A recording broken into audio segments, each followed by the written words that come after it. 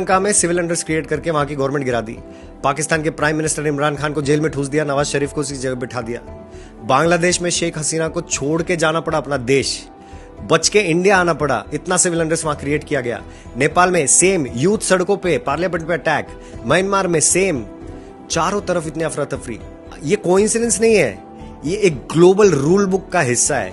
एक rule book होती है जिसमें पहले सिविल अनरेस्ट क्रिएट करते हैं, डिवीजन करते हैं सरकार और सिविल के बीच में, सड़कों पे लेके आते हैं, वॉर क्रिएट करते हैं, सिविल वॉर क्रिएट करते हैं और फिर वहां की सरकार को हटाया जाता है। इराक के बारे में तो आप जानते ही हैं, वेपन्स ऑफ मास डिस्ट्रक्शन के नाम पर सद्दाम हुसैन को फांसी पे लटका दिया, इतना सिविल अनरेस्ट क्रिएट किया गया और अब अमेरिका वहां का सारा तेल एंजॉय कर रहा है। Same is the case happening in Venezuela right now. Maduro और उसकी वाइफ को उनके कंट्री में से उठा लिया और इंटरिम प्रेसिडेंट बोल के किसी और को, जुआन को वहां पे बिठा दिया। वहां का ऑयल, वहां का गोल्ड, उस पर कब्जा करने का उसका टैक्टिक है ये। किसी भी देश के गवर्नमेंट को गिराना है तो सिविल अनरेस्ट क्रिएट करो, ये उनका फॉर्मूला है, ये रूल बुक है। उस सेम रूल बुक को राहुल गांधी इंडिया में इंप्लीमेंट करने की कोशिश कर रहा है, backed up by George Soros.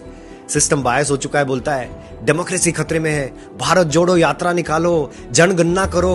Bharat टूटा कब था जब उसको जोड़ना है। किसान आंदोलन, इतना सुंदर प्लान बनाया था मोदी सर ने। किसान डायरेक्टली अपना फसल इंडिया के किसी भी स्टेट में बेच सकता था और किसी भी ट्रेडर्स को कोई खतरा नहीं था। लेकिन मैनिपुलेट कैसे किया ट्रेडर्स को और किसानों को खुद रोड पे ले आए। आप सोचो फिर भी भारत अपने कदमों पे कैसे खड़ा है। खड़ा ही नहीं, ग्रो कर रहा है। 7.8 GDP, 4th largest economy in the world. 200 साल की गुलामी के बावजूद, 70 साल का ब्रेन वॉश्ड एजुकेशन सिस्टम हमने लिया है, उसके बावजूद कैसे हम खड़े हैं?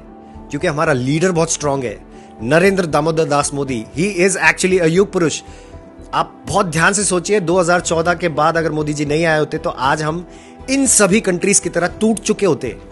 और सेकंड फैक्टर है, हमारे खून में बसा हुआ भगवत गीता और महाभारत। हमको सही और गलत का ज्ञान है। हमको पता है कि बचपन से तो सुना ही है कि बाहर विदेशों में दिमाग नहीं होता, भारतीयों में बहुत दिमाग होता है। आज ये प्रूव हो रहा है कि भारतीयों में दिमाग क्यों है, क्योंकि इनके बहकावे में, इनके नैरेटिव्स में, उन रूल बुक के हिसाब से जो भी राहुल गांधी करने की कोशिश कर रहा है, हम उसके बहकावे में आ ही नहीं रहे। जितना भी प्रेशर हो, फॉरेन एनजीओज का, ग्लोबल लॉबीज का, मीडिया नैरेटिव्स का, अमेरिका ने ढेरों सैंक्शंस लगाने की कोशिश की, लेकिन हमको ऑयल लेना है, मतलब लेना है, हमारा फायदा हम देखेंगे। मोदी जी झुकने वाले हैं नहीं, इसीलिए इंडिया आज अपने कदमों पे खड़ा है और उन्होंने हम सब के मन में एक यूनिटी जागृत की है।